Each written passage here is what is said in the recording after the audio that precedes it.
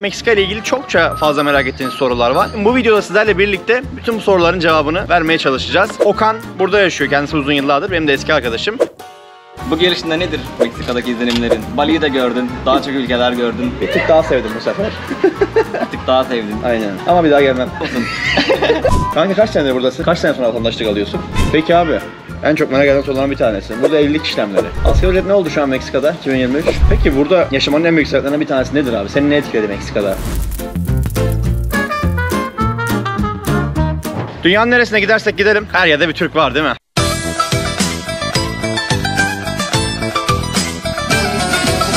Evet, kaç tane sayısız ülkeye gittik. Hemen hemen her gittiğim ülkede bir tane Türk görüyoruz. Şu an Meksika'nın Mérida şehrindeyiz. Yaklaşık bir ay falan oldu neredeyse. Meksika ile ilgili çokça fazla merak ettiğiniz sorular var.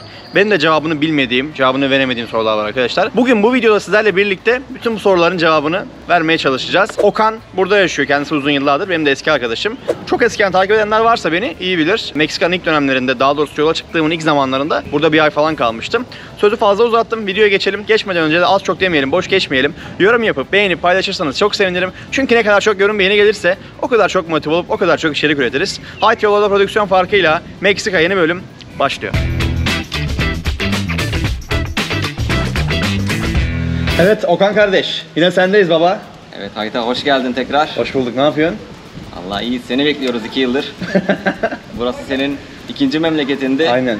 3'e geriledi Bali'den sonra. Bali öne geçti kanka, kusura bakma. Peki bu gelişinde nedir Meksika'daki izlenimlerin? Kanka, Bali'yi de gördün, daha çok ülkeler gördün. bir tık daha sevdim bu sefer. Bir tık daha sevdin. Aynen. Ama bir daha gelmem. İlk gidişinde de hatırlıyor musun? Bir daha gelmem Meksika'ya diyordun. Küfür ede de gitmiştim buradan. Gitmiştin. 3. gelişin. Yani Meksika öyle 2 haftada 3 haftada gezilecek bir yer değil. Değil mi? Bak bana zamanı yaydım. Hatta sana kızıyordum ilk gelişinde ki giderken. Sen ne işin var burada, aklını kullan, git dön Türkiye'ye diyordum. İşte o zamandan beri buradayım, 3 yıl oldu. Zamanı yaydım Meksika'yı gezmeyi. Work and travel yapıyorum burada. Kanka kaç senedir buradasın? Şimdi seyircilerimiz seni tanımıyor. Ufaktan bir tanışalım, sohbet edelim. Tabii. İşte 2019'un yılbaşında ilk defa tatile geldim bir ay. Evet abi. Bir ay boyunca gezdik. O zamanlar şimdiki eşim, kız arkadaşım da vardı. Tamam. Sonra Türkiye'ye döndük. Pandemi süreci yaşadık. Bir 6-7 ay uçuşlar kilitlendi. Çünkü buraya gelmeyi Doğru, tekrar kapandı uçuşlar. kapandı. Buraya tekrar gelmeyi planladık. Ondan sonra pandemiden sonra açılan ilk uçuşla tekrar geldim ben 2020'nin Ekim ayında. İkinci uçuşta da ben geldim. Aynen. Aralık, Ocak gibi de sen geldin zaten. Yanlış hatırlamıyorsam. Aynen. O zamandan beri buradayız. 3 yıl Evlendin oldu. şu an. Mutlusun. Evlendik. Rahatımız, keyfimiz yerinde. Vay be. Oturum işini ne yaptın, aldın mı? Zaten ilk geldiğimizde evlenince 2 yıllık bir geçici oturum verdiler. Süper. 2 yılı doldurunca onu kalıcıya çevirdik. Şu an vatandaşlık yolunda ilerliyoruz. Kaç sene sonra vatandaşlık alıyorsun? Şu an zamanı geldi. Genel kültür ve tarih çalışmaları yapıyorum. Çeşitli kitaplar aldım. Yani kimse kimseye sonuçta vatandaşlık vermiyor. Bilmiyorum, Evet. Veren yerler varsa Yok. yorumlar yazabilirler. Kolay yok abi. Çalışmaları, kitapları bitirince işte sınavlara girip vatandaşlık kazanacağız. İspanyolcayı iyi bilmen gerekiyor değil mi sınav için? Tabii hem İspanyolcayı yaşamak için de gerekiyor burada. Zaten ana dil İspanyolca. Çalışmak için de gerekiyor. Yani belli bir seviyede olması gerekiyor ki hem vatandaşlık alabilesin hem çalışabilesin. Doğru. Şu an çalışıyorsun burada. Şu an bir şirket çalışıyorum, evet. Normalde rehberlik falan yapıyordun. Sen ilk geldiğin zamanlarda rehberlik yapıyordum ama şöyle bir durum vardı, hani 3 kişi giriyor 5 kişi giremiyordu. Doğru, o sıkıntı hala devam Girenlerle ediyor. devam ediyorduk. Kalanlar geri dönüyordu Türkiye'ye. Sorun Büyük oluyor sorunlar senin yaşadık. Şu an o işlere biraz ara verdim ama ilerleyen zamanlarda ne olacağı belli olmaz. Evet, tabii her an her şey değişebiliyor. Yine turistik olarak gelmek isteyen olursa muhakkak ki yardımcı olacaktır o Yani konuda. girebilenlere yardımcı oluruz, niye olmayalım? Peki abi, en çok merak eden sorulardan bir tanesi. Burada evlilik işlemleri. Zor bir süreç mi? Şöyle, şimdi Meksika'da bir sürü eyalet var, Amerika gibi. Her eyalette farklı yönetimler ve kurallar var. Yucatan biraz rahat bir eyalet. Onun için çok şey istemiyorlar. Hani Kolay diyorsun yani evrak kolay, prosedürü. başvuru formu yapıyorsunuz. İşte Türkiye'den o uluslararası doğum Belgesi. diye bir formül var. Aynen. Formül A diye bir belge var. Onu Elçikten getiriyorsunuz. alıyorsun. Onu Türkiye'den Evet, getiriyorsunuz. Türkiye. Burada vermiyorlar. Aa, Tabii. o çok önemli bakın arkadaşlar. Buradaki konsolosluk vermiyorlar. Onu getiriyorsunuz. Bir de nüfus kayıt örneği belgesi de istiyorlar. Yani kimsiniz, nesiniz, nereden geldiniz. Tabii bu Onu da değişiyor ama istiyorlar. değil mi eyaletten eyalete? Tabii her yerde değişebilir. Sen bunu Yucatan için söylüyorsun. Yucatan yaşadığın yer için. Yucatan için evraklar basit. Bir de kan örneği istiyorlar. İşte onu da doktordan alıyorsunuz. Nikah masrafı ne kadar abi? Nikah masrafı $100 var mı? 80 peso filandı. Hadi ya. 4 dolar 5 dolar. İşte 80 pesoya yatırıp belediyede hallediyorsunuz yani. Süper çok, abi. Çok bir masrafı yok. Asgari ücret ne oldu şu an Meksika'da 2023? İşte en son baktığımızda burada günlük hesaplıyorlar. Günlük Evet. işte 200 pesoyu biraz geçiyordu. 230 civarında falan galiba. Aynen 203-230 peso.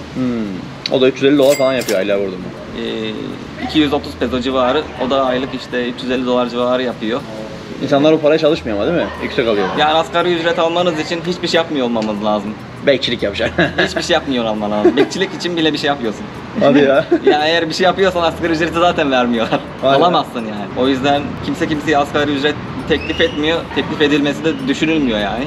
Eğer elinizden bir iş geliyorsa zaten asgari ücret almıyorsunuz, alamıyorsunuz. İsteseniz de alamıyorsunuz. Güzelmiş abi, bakın sistem çok iyi. Asgari ücret 350 dolar ama hep insanlar yüksek çalışıyor burada. Okan Merida'da yaşıyor. Merida Amerika kıtasının, bakın Meksika demiyorum, Amerika kıtasının en güvenli şehirlerinden bir tanesi. Değil mi? Suç oranı neredeyse sıfır diyebiliriz yani. Yani şu ana kadar hiçbir şey görmedik. Yıllardır buradasın. Yıllardır. Yaşadın mı hiç ters bir şey? Önüne kesme, Yok, bıçaklama, sorma. hem kendim görmedim hem de haberlerde hiçbir şey yok. O konuda hiçbir şey görmedim yani. Çok süper vallahi ya. Okan Mersinli olduğu için burayı çok seviyor. Hava sıcak 12 ay. Ben sıcak hava insanıyım. 12 ay yaz değil mi abi? Kış olmuyor. Sürekli yaz, işte bir fırtına dönemi oluyor. Tsunami oluyor. Hortum mu oluyor? Hortum dönemi oluyor bu Ekim'den Aralık'a kadar.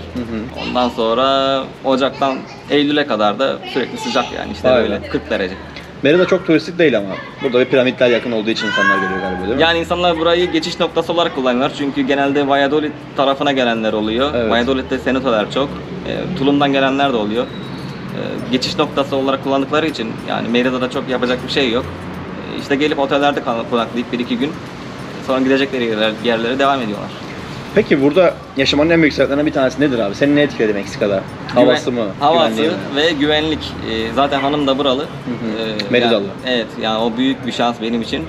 Bilmiyorum başka yerde olsaydı nasıl olurdu. Meksiko City'de mesela yaşanmaz yani, Yani kaos. kaosun içinde Tabii. biraz zor 30 olabilirdi. milyon insan yaşıyor abi. Yani hiç sevmiyorum öyle büyük şehirleri. Doğru. Sen şehir merkezine bile inmiyorsun burada kalabalık. Ya değil. orada yaşasak bile daha güvenilir, daha iyi bir yer İyi bir semtinde. bulmayı tercih ederdik.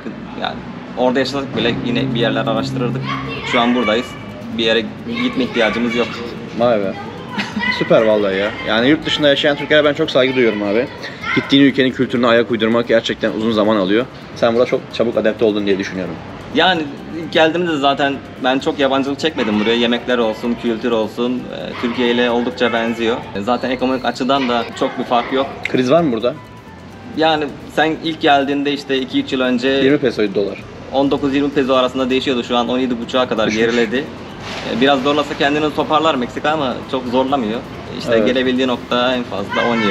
Şu an bilmiyorum Türkiye'de dolar kaç oldu? 20'ye yaklaştı galiba. 20'ye doğru gidiyor. Yani Evet. Meksika pesosu Türk lirasını geçti şu anda. Yani mutluyuz şu an. Güzel vallahi ya, sevindim. Burada yaşamak isteyenlere tavsiye eder misin Meksika'yı abi? Sıfırdan gelip düzen kurmak isteyenlere, iş açmak isteyenlere. Yani bu herkes için farklı bir durum. Bilmiyorum gelenler ne bekliyor ülkeden veya ne istiyorlar, ne yapmak istiyorlar. Bu ülkeden ülkeye, kişiden kişiye değişir.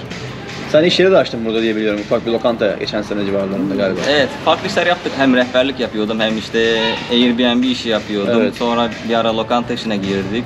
Türkçe dersleri de veriyorum. Aa, süper. Çünkü Meksika'da Türk dizileri bayağı oynuyor. Doğru, bizim dizilerimiz burada çok yayınlıyor arkadaşlar. Türk kültürüne bayağı ilgi Adını duyuyorlar. Feriha koydum. Türkiye'ye gitmeyi çok istiyorlar. Evet. Onun için burada yaşayan bir Türk olduğunu öğrendiklerinde Türkçe dersler almak da istiyorlar. O konuda da yardımcı oluyorum. Yani farklı işler yapıyoruz. Süper vallahi. Okan'ın iletişim bilgi açıklama kısmında var arkadaşlar. Eğer orada yolunuz burada düşerse ve tatil için falan gelmek isterseniz, iş yapmak isterseniz. İspanyolcası var, İngilizcesi var, Rusçası var kardeşimin. Tam donanımlı ya. Her türlü hizmet Yapay zeka gibisin yemin ederim. sunulur. Güzel diyorsun ha Meksika'ya. Vallahi ben beğeniyorum. Sen de geldiğine göre 3. kez geliyorsun. Sen de Aynen. beğeniyorsun. Meksika dışında başka ülkeleri gezdin galiba değil mi sen çok sayıda? Evet, üniversitede okurken kışlara para biriktiriyordum. Yazlara da geziyordum. Yani ben gezerken euro 3 liraydı. İyi bir şekilde kullandım bu fırsatı. 2 senedir falan da gitmiyorsun Türkiye'ye bildiğim kadarıyla. Şimdi geldiğin yeri unutmaman lazım. Biz Aynen. Mersinliyiz ama gidemiyoruz da. Niye? Çünkü ben geçen sene baktığımda bilet fiyatları 30 bin lira civarında dolaşıyordu. Şu an 60 bin falan kanka. O zamandan beri bakmayı bıraktım zaten. Bilmiyorum şu an. 60 bin falan arkadaşlar şu an uçak biletleri Meksika'ya gidiş dönüş. Çok yüksek bir rakam abi. 2 kişi gitsen yani 6-7 bin dolar sadece uçak. Çok pahalı. Amerika'dan ucuz burada. Çünkü Meksika'ya çok insan geldiği için işte kaçma muhabbetlerine falan fiyatları tavan yapmış durumda uçak firmaları. Yani Türkiye'ye gitmek için Amerika'dan turist vizesi alıp Amerika'yı kullanıp oradan aktarma yapsam daha mantıklı. Aynen, New York'tan çok ucuz. Aynen. Gidiş dönüş 600-700 dolar abi. Onun üstüne de çalışıyoruz. Boş durmuyoruz. Peki Okan'ım, bu Türklerin gelememe olayına ne diyorsun abi? Geçen sene 50.000 Türk Amerika'ya iltica etmiş. Hala gelmeye devam ediyorlar deli gibi. Sana da eminim çok yazıyorlardır. Nasıl olacak bu iş? Yani ben bu işi açıkçası çözemedim tam. Yani giremeyenler oluyor ama girenler de bir o kadar da var. Hep kartellerle anlaşma yapıyorlarmış galiba, değil mi? Yani olabilir, illegal işler dönebilir. Yani giremeyen kadar girenler de var. O işte biraz sıkıntı var. Değil mi? Şu an hala devam ediyor diye biliyorum bu süreç. Yani son zamanlarda artık ben pek takip etmiyorum ama haberlerden gördüğüm kadarıyla sınırda bayağı yığılma var. Hadi ya. Amerika sınırında. Geçiyorlar mı, geçmiyorlar mı pek bir bilgim yok açıkçası. Doğru. Amerika açıklama yapmıştı geçtiğimiz haftalarda. İltica başvurularını durdurmuşlar Amerika ve Kanada. Tabi bu bir aylık falan bir süreçtir diye biliyorum. Çünkü sürekli yapıyorlar bu olayı. Aşırı başvuru olunca randevu sistemi açacaklarmış hatta kaçak gelecekler için. Randevu alıp öyle girecekmişsin sınırdan. Tuhaf ya, çok ilginç abi. Yani Orta Doğu'dan çok göç var. herkesin bir tercihi var. İnsanlar ekonomik sıkıntılardan dolayı bir yola baş koymuşlar. Meksika'yı da bir geçiş noktası olarak görüyorlar ama Meksika o kadar da kötü bir ülke değil yani. Meksika güzel aslında ya. Aynen. Özellikle Karayip sahilleri. Senin Yani- favorin neresi orada? Cancun mu, Tulum mu? Yani Olay mı? tatil için adalar 10 numara. Hangisi? İsla Mujeres olsun, Hı hı. Holbox. Holbox olsun. Cozumeli beğendin mi? Cozumeli ben gittiğimde de güzeldi. Sen gittiğin Çamurdu ya videoları deniz. izlemiştim. Her yeri şey basmış. Aynen. Yosun basmış. Çok kötüydü Eskiden abi. bu kadar değildi Meksika. Son zamanlarda bozmaya başladı denizi filan. Bilmiyorum düzelir mi, daha mı kötüye gider, orası biraz muamma. Cancun denizi güzel ama. Yani Karayip sahilleri her zaman favoridir. Değil mi? Berrak deniz. Senin burada götürdüğün bir yer vardı bizde, Progreso. Şerbetli su. Oranın dönemi oluyor. Evet. Mart'tan Eylül'e kadar düzeliyor orası. Düzeliyor mu? Tabii. Peki piramitlere giriş ücreti ne kadar kanka şu an? Dünyanın yedi harikası. Chichen Itza'ya ben gittiğimde 400 peso vermiştik. 20 dolar mı yapıyordu o zamanlar? İki kişi mi? Tek kişi. 60 dolar şu an. Zaten yerlilere daha ucuz. Yerliler 35 dolara giriyorlar. yarı yarıya, Hadi ya. yarı yarıya oynuyor. Sen şu an yerli olarak mı giriyorsun oturum Ben kartına? yerli olarak gelebilirim şu an. Vay. Ama şu an herhalde yabancılar için, turistler için 500 pesoya geçmiştir. Doğru, geçer. Türk yaşıyor mu Merida'da? Biz yani kendi tanıştığımız 2 aile daha var bizim gibi. İşte eşler Meksikalı, gelen arkadaşlar Türk. Ben 3 kişi tanıyorum yani. Başka tanımıyorum. Başka da yani yeni gelen varsa bilmiyorum. Başka da yok. Bir Ulaşmadılar. restorancı var diye biliyorum bir çarşıda. Başka da kimse yok benim bildiğimde. Yok. Yani yeni gelip de ulaşanlar olmadı hiç. Cancun'da çok yaşayan Türk var. Tulum'da çok var. Oradan bayağı yazanlar oldu bana. Yani biraz daha turistik ve tanınır olduğu için insanlar Doğru. oraları tercih edebiliyor. Ama Merida'ya gelip de hani restoran açayım diyecek bir Türk bilmiyorum yani. Değil İnsanın mi? aklına yatar mı? Türk restoranı var mı burada? Yok. Arap restoranı falan? Bir ara işte İranlı bir arkadaş vardı. O bir şeyler yapmaya çalışıyordu. Ama eskiden gelen Lübnanlılar var. Tamam. Arap mutfağı falan Osmanlı az çok, döneminden gelenler. az çok entegre etmişler. Yine de Meksika usulü yapıyorlar da yine de kendi kültürlerini çok bozmamaya çalışıyorlar. Yani Lübnan'dan gelen Arap kültürü biraz yaygın. Doğru, şeyde de vardı Cancun'da bir Lübnan mutfağı. Biz oraya gidiyorduk her gün yemeğe. Güzeldi, fena değildi yemekleri kanka. Evet duydum ben de yani Türk mutfağına biraz benziyor diyorlar. İç köfteyi olsun, hamur işleri olsun benzetiyorlar yani yapıyorlar. Ben fiyatlara bakıyorum mesela geldiğimden beri Okan. 3 senedir, 3 sene falan oldu neredeyse benim gelelim buraya. Abi, o gün ne yediysem 10 pesoya, bugün hala 10 peso ya. Yok fiyatlar çok değişmiyor burada ya. Niye Zaten artmıyor abi?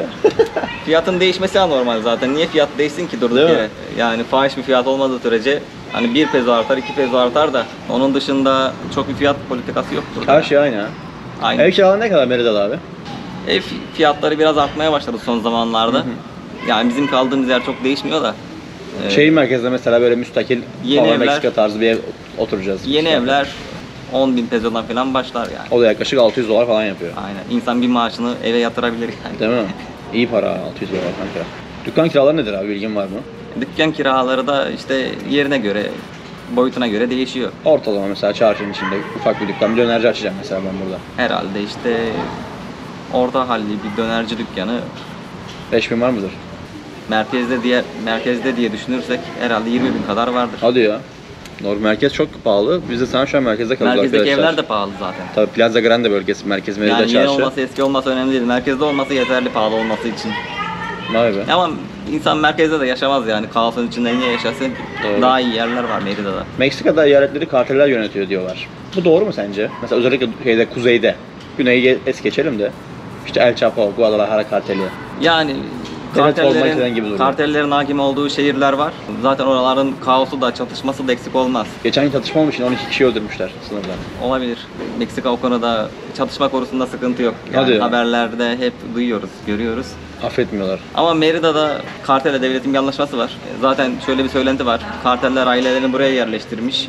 Zaten Merida'da çok bir ekonomik açıdan bir gelişme yok Merida'da. Yani büyük şirketler, Hep stabil. ne bileyim sanayiler falan yok. Ama bakıyorsun evler, arabalar hep son model, lüks, büyük. Yani bu söylenti biraz doğruluyor nitelikte. Aynen. Yani burada Merida'da kartellerin ailelerinin yaşadığına dair bir söylenti var. Olabilir. İlginçmiş arkadaşlar. O yüzden burada çok çatışma falan olmuyor. Devletle anlaşma yaptığı söyleniyor. Peki bu pastör var malum. Arkadaşların döneri. Domuz etinden yapıyorlar. Burada bizim Türkler gelse dönerci açsa iş yapabilir mi? Yani Meksikalılar çok öyle dana etidir, kuzu etidir pek aramıyor. Evet. Pastör deyince direkt domuz eti değildir akıllarına. Onu tavuktan yapsa anlamazlar bence ama. Tavuk buttan. Yani yemeği de tercih etmeyebilirler. Hadi ya. Çünkü damak tatları domuza alışmış. Doğru. Domuzu sosluyorlar. Domuz tadı da gelmiyor artık Hadi ya. dönerden. Yani öyle anlatıyorlar. Domuza benzemiyor o dönerde. Allah Allah. Öyle bir sosluyorlar ki Onu çiğ gibi yiyorlar ya. o farklı bir et olmuş artık.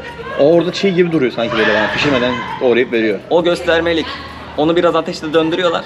Sen sipariş verdikçe onu ayrı bir ateşe alıyorlar. O ateş biraz daha kömürde plate'te közlemiş pişiriyor oluyor. tavukta. Aynen. Onu harlıyorlar. O şekilde siparişe göre yapıyorlar. Orada çiğ duruyor çünkü. Hazırlıyorlar. O şu an Aynen, üstü o kapalı çiğ. yani. O dönen şey çiğ. Çünkü çok yakmıyorlar orada. Bakteri üretir orada çiğ durması ya. Hava sıcak çünkü. Yani siparişe göre yaptıkları için, hani ne kadar sipariş geleceğini bilmedikleri için çok ateşte tutmuyorlar orada.